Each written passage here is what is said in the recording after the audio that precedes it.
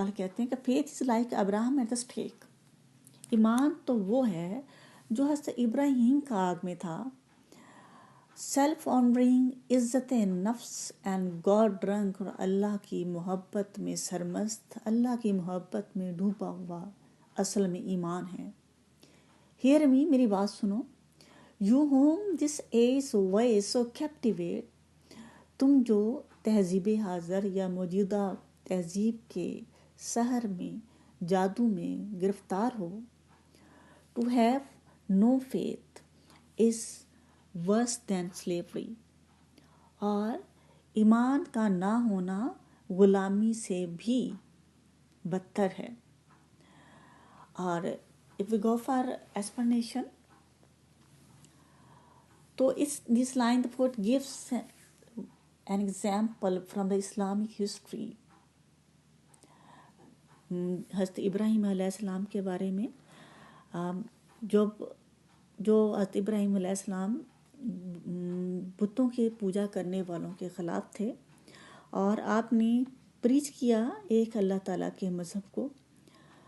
اور Abraham's life was continuous fight against the idol worshippers of his age.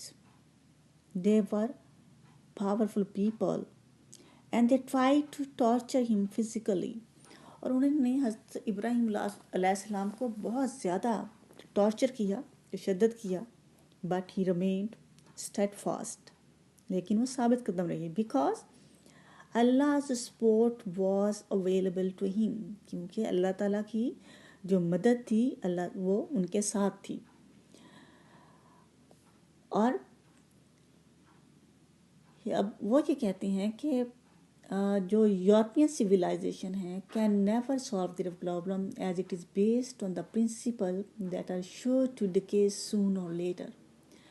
کہ جو European civilisation ہے ان کے جو وہ اس اصولوں کی پہ بنیاد رکھتے ہیں، وہ اصول جو کہ جلد یا دیر میں انہوں نے ختم ہو ہی جانا ہے، ڈکے ہو جانا ہے. The present day world test our faith on every step. اور آج بھی قدم قدم پر ایمان والے لوگوں کی بڑی آزمائش ہے، بڑے امتحانات ہیں ان کے لیے. If our faith is strong, اور اگر ہمارا ایمان جو ہے وہ اسٹرانگ ہے، we will succeed in every trial like Abraham, تو ہم بھی حضرت ابراہیم کی طرح ہر جو مشکل ہے، ہر امتحان میں، ہر آزمائش میں ہم کامیاب ہوں گے. The poet regrets that the modern man has lost precious treasure of faith. یہ آج کا جو انسان ہے وہ جو قیمتی دولت ہے ایمان کی، اس کو کھو چکا ہے.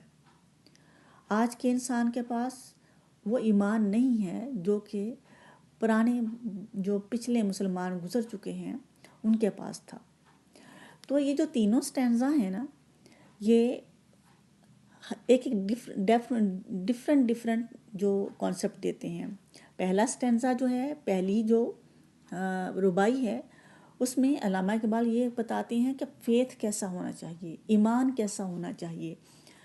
تو جس میں حضرت ابراہیم علیہ السلام کی مثال دیتے ہیں کہ جس طرح کا ایمان حضرت ابراہیم علیہ السلام کا تھا کہ ان کو نمرود نے جلتی ہوئی آگ کے الاؤ میں پھینک دیا، لیکن ان کو اللہ تعالیٰ پہ ایمان تھا. تو کیا ہوا؟ تو وہ جو ان کا جس آگ میں پھینکا گیا تھا وہ آگ گلزار بن گئی، وہ پھول بن گئی، اور حضرت ابراہیم علیہ السلام کا بال بھی بیکا نہیں ہوا.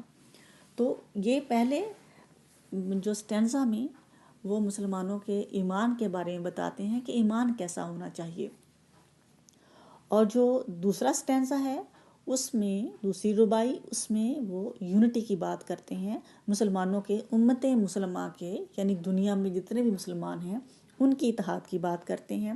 اور تھرڈ سٹینزا جو ہے، تھرڈ ربائی، اس میں وہ مسلمانوں کی جو کنڈیشن ہے آج کل جو حالات ہیں مسلمانوں کے، وہ ان کے بارے میں بتاتے ہیں. تو ابھی ہم جو سیکنڈ ربائی ہے اب وہ شروع کریں گے.